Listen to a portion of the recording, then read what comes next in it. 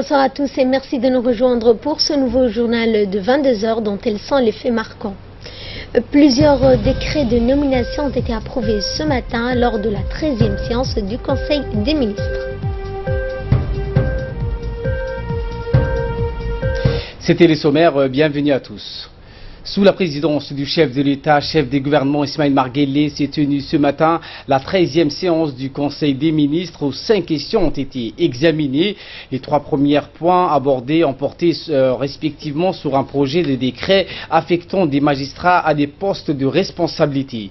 Le second point concernait un projet de loi réglementant l'introduction et l'utilisation de drones sur le territoire. Le gouvernement étant de plus en plus sollicité par des personnes voulant introduire ce genre d'engin pour des raisons commerciales, un cadre juridique va dorénavant régir donc de ces conditions d'importation et d'utilisation des drones qui deviennent donc de plus en plus petits et sophistiqués.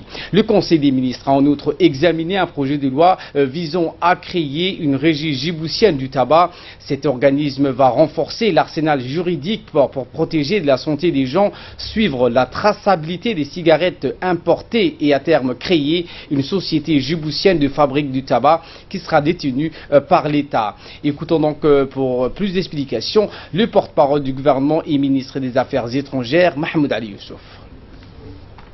Sous la présidence du chef de l'État, son Excellence M. Ismaël Omar Guelleh, s'est tenue la 13e séance du Conseil des ministres en ce jeudi 25 mai 2017. Étaient inscrits à l'ordre du jour 2 projets de loi, 2 projets de décret et un projet d'arrêté.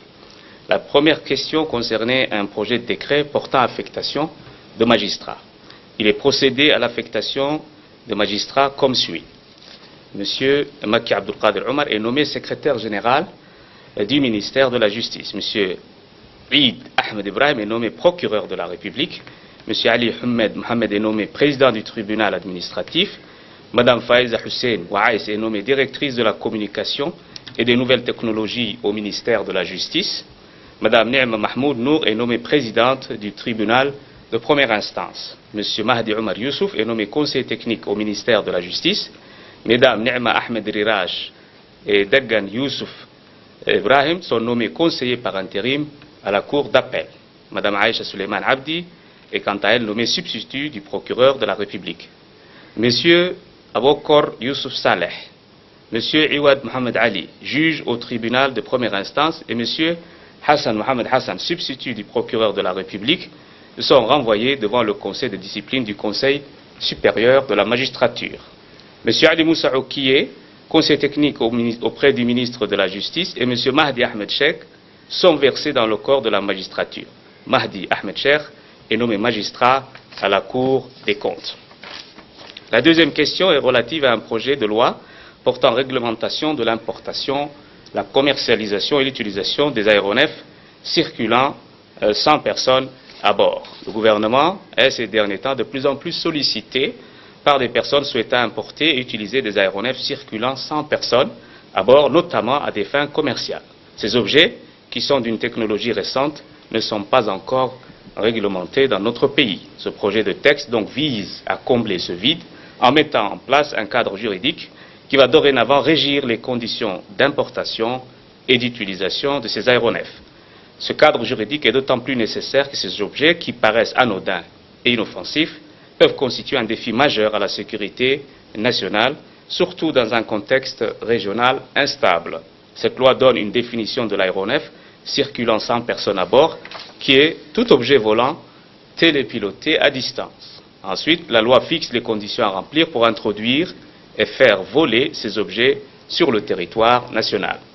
Le projet de loi prévoit par ailleurs des restrictions de survol, notamment au-dessus d'un certain nombre de sites qui seront classés par décret en zone sensible prioritaire. Ce projet de loi donc édicte aussi des sanctions pénales pour les personnes reconnues coupables d'infractions aux dispositions de cette dernière. Je rappelle ici que les aéronefs militaires ne sont pas concernés.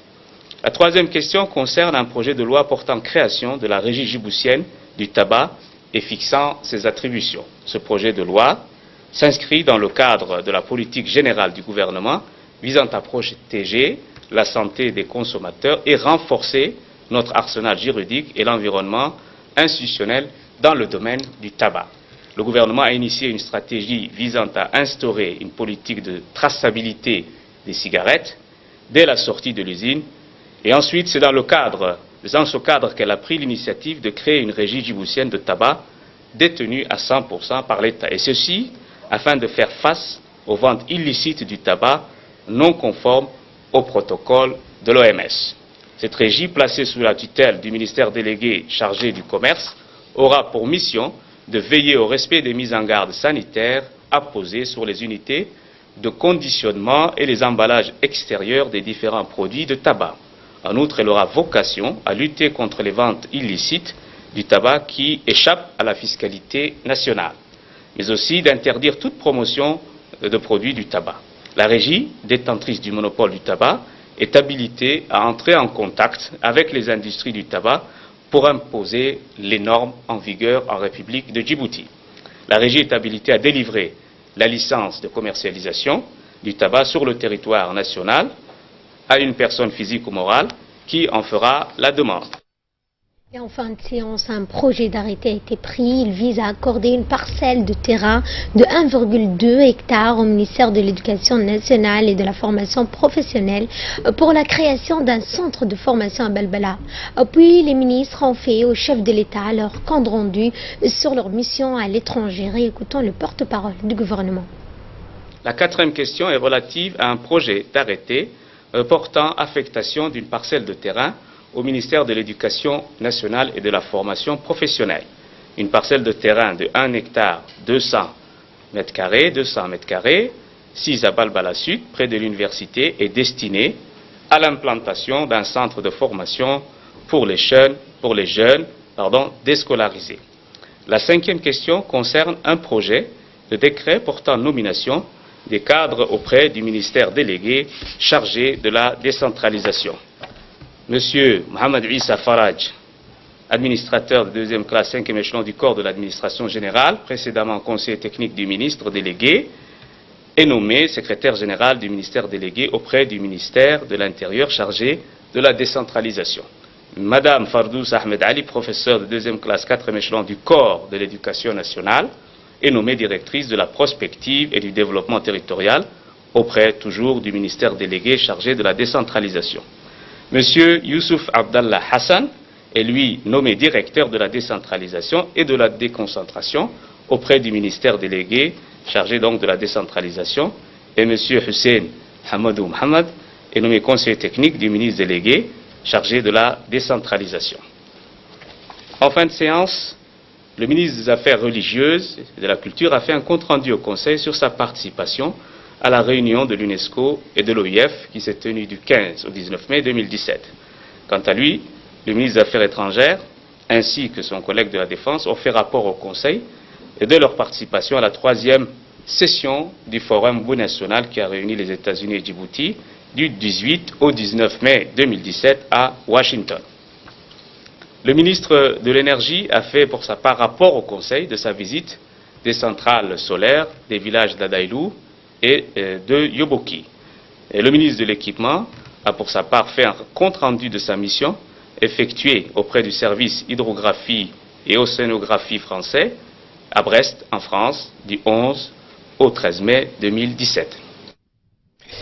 Le président de la République a par ailleurs adressé aujourd'hui un message de félicitations à son homologue azerbaïdjanais. Le président Ismail Marguerite a adressé aujourd'hui un message de félicitations à son homologue azerbaïdjanais, M. Ilham Aliyev, dont le pays célèbre sa fête nationale. Dans son message, le chef de l'État a souhaité santé et bonheur au président Aliyev ainsi que davantage de progrès, de développement et de prospérité au peuple ami azerbaïdjanais. Je forme le vœu que la nation amie d'Azerbaïdjan puisse parvenir à son développement, source de quiétude et d'épanouissement, a écrit le président Guelleh. Le chef de l'État s'est par ailleurs réjoui du renforcement significatif des relations de coopération entre les deux pays. Fin de citation. Et dans le reste de l'actualité, l'Union européenne à Djibouti a organisé un séminaire régional depuis hier au Sheraton Hotel pour analyser la situation politique et la sécurité ainsi que la coopération avec la région de la Corne d'Afrique. Différents sujets ont été abordés, en particulier le lien entre la paix, la sécurité, le développement, les migrations, le changement climatique, les créations d'emplois, la politique du genre et la bonne gouvernance. Monsieur Mansevi a rappelé le nouveau instrument financier de coopération avec l'Union européenne tel que le Fonds fiduciaire pour l'Afrique, le Fonds d'investissement européen. Enfin, il a discuté avec les représentants des différents gouvernements des nouvelles orientations et la programmation de l'Union européenne en matière de coopération avec la région africaine. Et le ministre de l'économie et des finances, Elias Moussa Dawali, a dans une intervention souhaité la bienvenue aux officiels et a remercié d'avoir répondu présent à l'appel de Djibouti. Il a indiqué par ailleurs que l'Union européenne et les pays africains doivent travailler de concert pour une meilleure concertation. Nous l'écoutons. Pour Djibouti, l'Union européenne représente le premier partenaire sur le financement du développement de Djibouti et le premier partenaire financier sous forme de dons sans contrepartie. Le programme avec l'Union européenne est très important à Djibouti. Nous sommes engagés d'ores et déjà sur le 11e FED avec des projets de développement assez importants et stratégiques. Nous aurons l'occasion, pendant ces jours, parler, bien sûr, de la programmation, mais également de la stratégie, de nouvelles stratégies de l'Union européenne sur le FED 11, mais également au-delà du 11e FED, pour essayer ensemble de nous comprendre et puis surtout de consolider une coopération qui soit de plus en plus consolidée. Cette région du monde, et l'exemple de Djibouti est criant, est une région très particulière. Les changements climatiques présentent des conséquences assez importantes et Djibouti fait partie de ces pays qui souffrent beaucoup de toutes les conséquences du changement climatique. Au-delà du phénomène du changement climatique, nous avons une région qui est très instable et très fragile. Beaucoup de conflits depuis très longtemps, mais on est encore dans des conflits l'un plus difficile que l'autre. Autour de nous, à Djibouti, depuis notre indépendance, nous avons vécu avec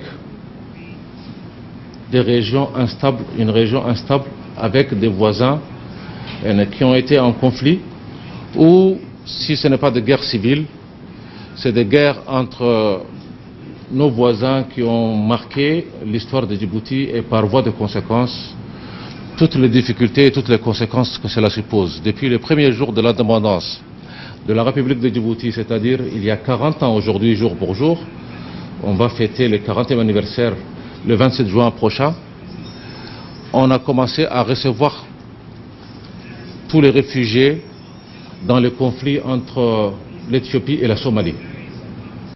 La société China Merchant Group s'est engagée à construire 1000 logements et à les remettre à la fondation Droit au logement du chef de l'État. À cet effet, le vice-président de cette même société chinoise et le directeur de la fondation Droit au logement, Mahmoud Ali, ont procédé à la signature d'un mémorandum d'entente.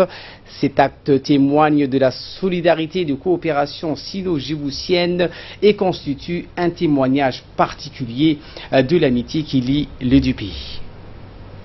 À la fondation, à notre fondation du président, M. Ismail Omar Guelleh, un nombre total de 1000 logements qui seront en don pour cette société chinoise. Ça va augmenter plutôt la coopération entre les deux pays et ça va renforcer le lien d'amitié entre les deux pays, Djibouti et la Chine. Et je suis très honoré Et par le nom du président de la République, je remercie la société chinoise pour ce don qui va aider notre population en termes de logement. Et le vice-président de la société chinoise s'est réjoui de la coopération sino-djiboutienne et il a déclaré que la Chine va toujours œuvrer au développement de la République de Djibouti. Le China Merchants Group offre aussi des services financiers. Nous avons créé aussi des fondations, du fonds pour le développement. Nous avons aussi des activités des assurances. C'est-à-dire, le China Merchants Group peut offrir des services dans tous les domaines aux Djiboutiens. En ce qui concerne les logements sociaux, pendant la coopération, nous avons constaté, surtout dans certains endroits, dans certains arrondissements, nous avons constaté les conditions de logement restent beaucoup à désirer. Le China Merchants Group, c'est une société pleine de responsabilités sociales. Et le peuple djiboutien, aussi les frères chinois, les sœurs chinois. Avant, la Chine aussi avait des problèmes de logement. Donc, nous comprenons bien le souci du président de la République envers son peuple. Il a l'ambition d'améliorer les conditions de l'habitat pour son peuple. Ceci est similaire au président chinois Xi Jinping.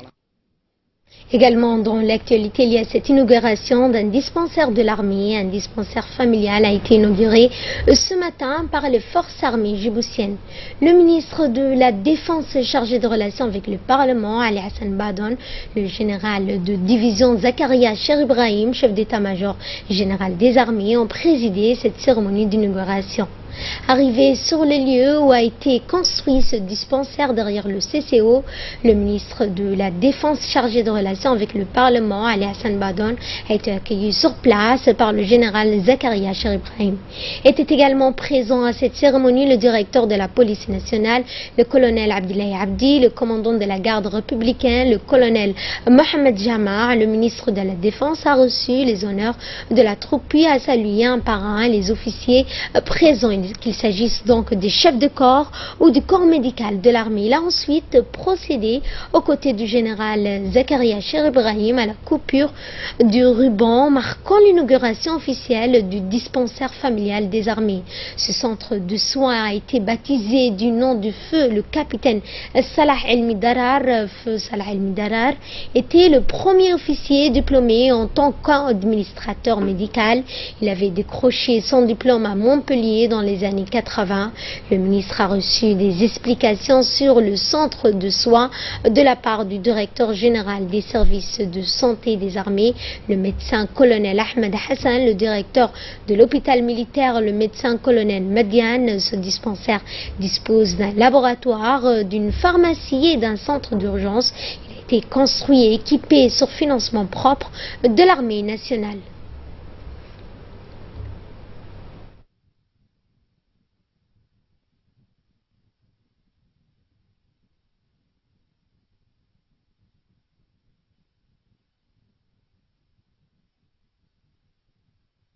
Et à l'issue de la visite des locaux, le directeur de service de santé, le colonel Ahmed Hassan, a donné de plus amples informations sur ce centre de soins. Aujourd'hui, jeudi 25 2017, nous inaugurons le dispensaire familial des armées, le capitaine Salah El-Midarar, qui est un des premiers gestionnaires, officiers d'administration technique de santé qui ont été formés et qui est décédé en 1999. Donc l'objectif essentiel de la création de cette dispensaire est de rapprocher aux utilisateurs, aux patients, les structures de santé de l'armée. C'est la politique du ministère de la Défense et de ses différentes de l'état-major. Donc ce ne sera pas le seul, parce que ici, pourquoi on l'a délocalisé? La majorité des familles sont actuellement, plus de 80%, habitent maintenant à Balbala. C'est pour ça que le centre médical des armées de Boulhaus était trop éloigné. Et donc ils avaient des problèmes pour se rendre là-bas. Donc à partir de maintenant, là, pratiquement tous les gens, les familles qui habitent à Balbala seront prises en charge ici avec des moyens techniques plus importants que ceux qui existent maintenant. Quant au ministre de la Défense chargé des relations avec le Parlement, Ali Hassan Bahdoun, il a tenu à féliciter le haut commandement militaire pour cette belle initiative. Il a en outre exhorté les usagers et le personnel soignant à tenir donc en main cette structure de santé de renommée internationale. Et sous l'égide du secrétariat d'État à la jeunesse et au sport, la Fédération djiboutienne de pétanque, en collaboration avec la mairie de Djibouti, a organisé hier la finale du tournoi intercommunal. Cette finale s'est jouée devant la mairie de Djibouti. Elle opposait deux bonnes équipes, celle de la commune de Balbala à celle de Blaus. Le match s'est soldé sur une nette victoire de la commune de Blaus sur un score de 13-3.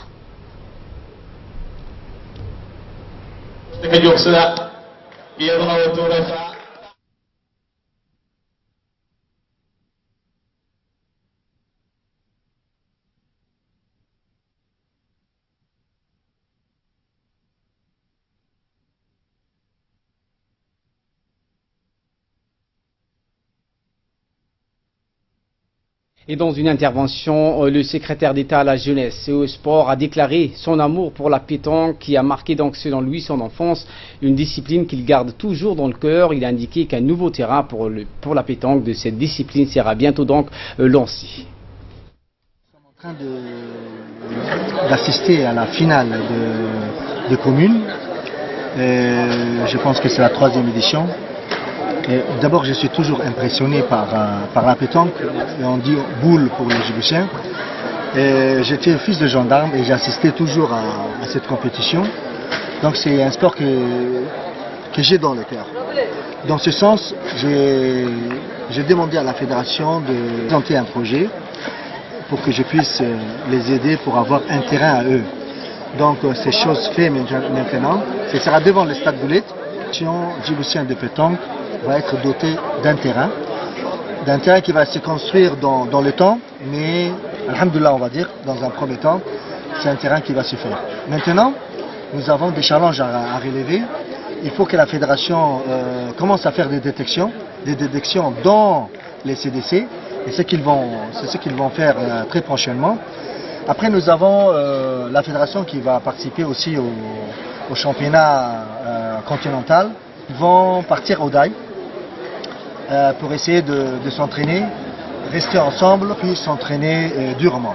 Et ceci pour élever un peu les niveaux et la qualité de la pétanque, pour qu'après on puisse remporter des médailles. Il faut signaler aussi au passage que la pétanque, il y a 10 ans, elle a été dans le carré de la Coupe du Monde. Et c'est ce qu'on veut maintenant reprendre, et j'ai dit bravo déjà aux organisateurs, aux responsables de la fédération, et dans la foulée nous sommes dans le 40e anniversaire. Il est de notre devoir aussi en tant que Djiboutiens et premier responsable de sport d'aider cette fédération qui fait de son mieux pour qu'on retrouve la place que on avait dans la sphère internationale et dans le continent. Donc je serai à leur côté pour relever ce défi. Naturellement, nous sommes à la veille de l'annonce, on va dire, du Ramadan. Je dis à toute la population djiboutienne, et en particulier au chef de l'État et à la Première Dame, bon Ramadan, Inch'Allah, et Ramadan Karim.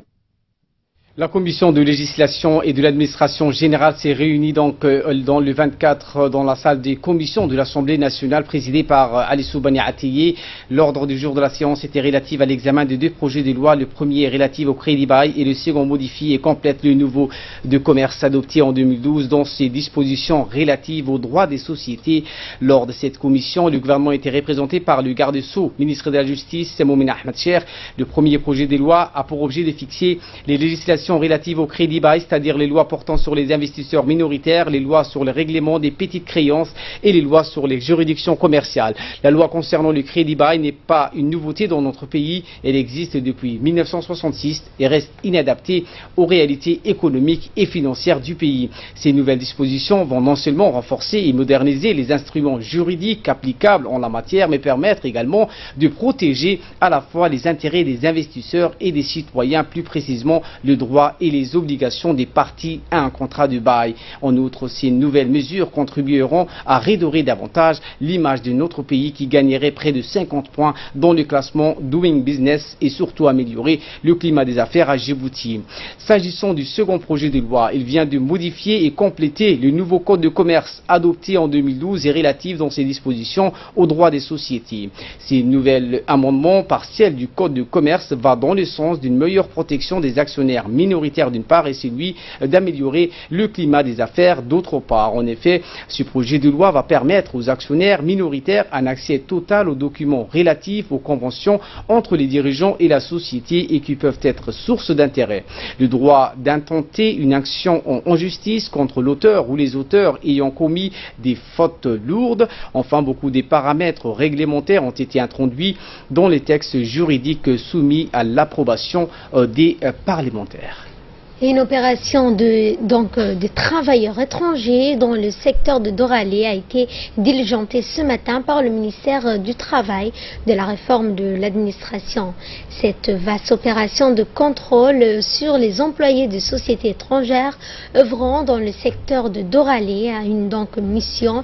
Il fait suite selon le directeur à la déclaration du ministre du Travail, Hassan Idriss Amri, qui avait indiqué que les sociétés étrangères avaient comme devoir d'embaucher en République de Djibouti au lieu de recruter des travailleurs étrangers.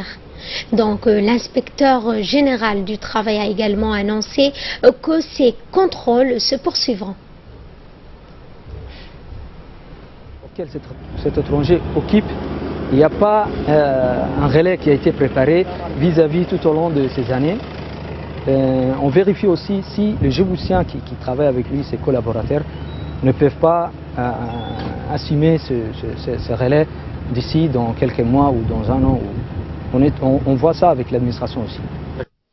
La maire de Djibouti-Ville, Fatouma Awale, s'est rendue successivement dans l'après-midi du mardi dans deux grandes circonscriptions, à savoir l'annexe RPP quartier 6 couvrant 4 quartiers, quartier 6, quartier 4, Angela et FNP, et celui de RPP quartier 7 qui est un siège commun pour Bourakibir, Stade Gabod et Haramouz.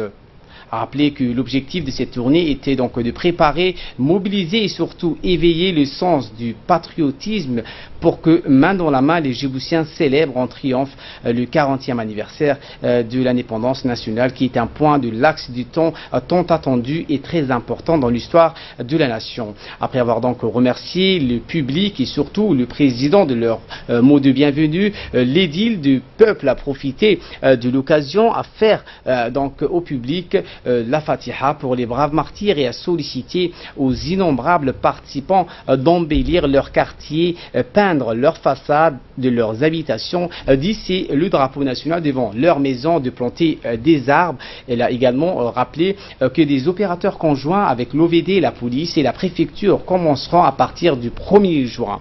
En précisant l'âge mûr de la souveraineté nationale, la mairie de la ville de Djibouti, Fatouma Awale, a vivement incité la population locale de deux circonscriptions à participer donc vivement et de suivre de près les activités dédiées au 40e anniversaire de l'indépendance nationale. Et dans le cadre des opérations de surveillance maritime dans les eaux territoriales, une équipe de la garde-côte a intercepté mardi à 5 h du matin dans les zones de l'île des Sept Frères 14 pêcheurs yéménites à bord de 4 embarcations en activité de pêche illégale, transportant donc une importante quantité de poissons. L'enquête a été donc confiée à la brigade de recherche et d'investigation de la garde-côte djiboutienne et les responsables seront traduits devant la justice, tandis que les embarcations sont saisies et donc immobilisées au port de pêche dans l'attente d'une décision de justice. Une cérémonie de lancement du projet de nettoyage des mosquées a eu lieu aujourd'hui dans cette mosquée donc appelée Salman à Djibouti-Ville, coprésidée par le directeur du ministère des Affaires musulmanes, de la Culture et des Biens Warf Al-Saleh Ahmad et le consul du Royaume d'Arabie Saoudite Hassan Ben Mohammed Al-Mahari, en présence notamment de l'attaché religieux de l'ambassade Cheikh Abdurabou Ahmad Hakami.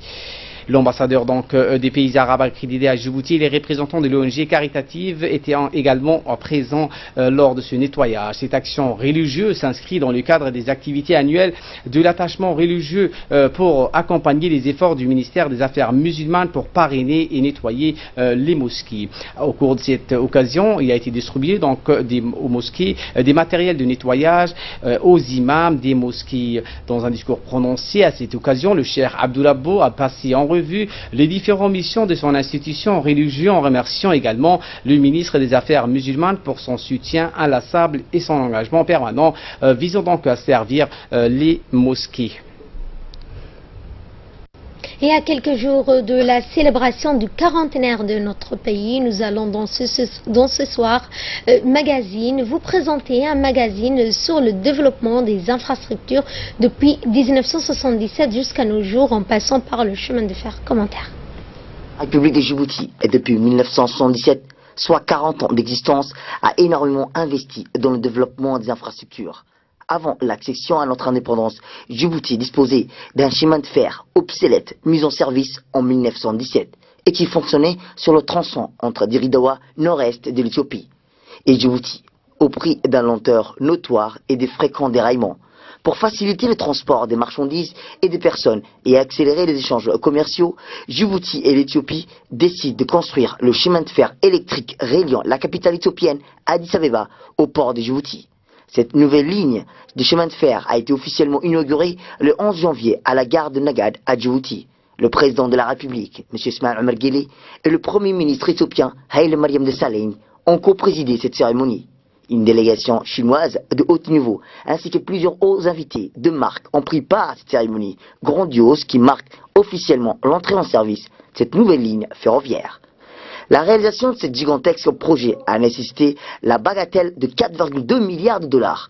La voie s'étend sur une distance de 752 km, dont 82 km sur le territoire djiboutien, a été construite en 4 ans par la société China Railway Corporation. La nouvelle ligne ferroviaire, qui facilitera le transport des personnes et des marchandises entre les deux pays, donnera un coup d'accélérateur aux échanges commerciaux et renforcera la dynamique d'intégration régionale. Le chef de l'État, M. Ismail Omar Guelleh, a prononcé un discours dans lequel il affirme que le rail et la mer ont toujours été les deux mamelles nourricières de Djibouti. Le nouveau chemin de fer permettra de réduire de manière phénoménale le temps nécessaire pour se rendre de Djibouti à Addis Abeba, alors qu'il allait pas moins de 3 jours pour relier les deux pôles économiques et qu'il faudrait désormais 12 heures. Le projet s'inscrit dans le cadre de la construction d'un futur réseau ferroviaire transafricain soutenu par la Chine, qui sera long d'environ 2000 km d'ici 2020. Ce grand projet d'infrastructure permettra à notre pays d'intensifier son réseau de transport afin de conforter son rôle naturel de hub logistique et de plateforme d'échange et de distribution des biens et des marchandises. Il permettra également de sceller les liens privilégiés et ancestrales existants entre Djibouti et l'Éthiopie, deux pays qui partagent une histoire, une culture et des valeurs. À plus long terme, ce train doit être le point de départ d'une ligne ferroviaire transafricaine qui traversera le continent dans l'ouest de la mer Rouge à l'océan Indien. Ces genres d'infrastructures sont nécessaires afin de répondre à la forte croissance économique des nations africaines qui seront les géants de demain. Une session de formation dispensée par l'association des habitants de Dougoum au profit de 32 associations bénéficiaires de ce projet implanté dans les régions de Dikil, Alisabie et Tadjoura. En effet, Prodermo a apporté entre 2015 et 2016 un concours financier à 32 associations de femmes bénéficiaires d'activités génératrices de revenus, notamment dans le domaine de l'artisanat. Un an après ce concours, UGP Prodermo a effectué une enquête pour évaluer l'impact réel des AGR pour les associations bénéficiaires, ainsi qu'une des recommandations de l'enquête est de convier ces associations à un partage d'expériences entre elles et capitaliser donc durant 3 jours la formation sur des bonnes pratiques initiées par les associations des habitants de la ville de Dougoum, et ce malgré la sévérité du milieu naturel dans lequel cette association évolue. Ici, faire une formation avec donc l'association des habitants de Dougoum et capitaliser sur l'expérience de cette association, donc qui sont dont l'intervention est reconnue dans la région et qui est reconnue pour la qualité de la gestion participative mise en place par cette association, malgré les conditions de sévérité dans lesquelles évoluent les membres de cette association. Ils ont su vraiment tirer profit et d'un milieu naturel hostile, tirer profit des activités d'agro-élevage, d'apiculture et de l'artisanat. Donc tout au long de cette semaine, donc les associations, les représentants de ces associations vont donc être formés par l'association de Dougoum, et qui va les former sur l'artisanat, comment gérer l'artisanat, comment fabriquer, comment améliorer la qualité de l'artisanat, et aussi donc partager avec eux l'aspect donc valorisation des produits de l'élevage. Avis de recherche pour clore le journal. La famille Aboubakar Aousso est à la recherche de leur fille Khadija Aboubakar Aousso, disparue depuis 1 mois maintenant, habitante de la cité Gachamalé et âgée de plus d'une trentaine d'années. Khadija Aboubakar Aousso n'est plus revenue donc à son domicile depuis plus d'1 mois. Khadija est la fille de l'ancien député Aboubakar Aousso, et toute personne qui le retrouve ou qui ait des informations sur cette personne est priée de contacter au numéro 77 18 59 56, je vous le rappelle, 77 18 59 56, ou de contacter la police ou la brigade de la gendarmerie. Voilà pour l'essentiel de l'actualité de ce 22h. Merci de votre fidélité. Restez avec nous, le programme continue.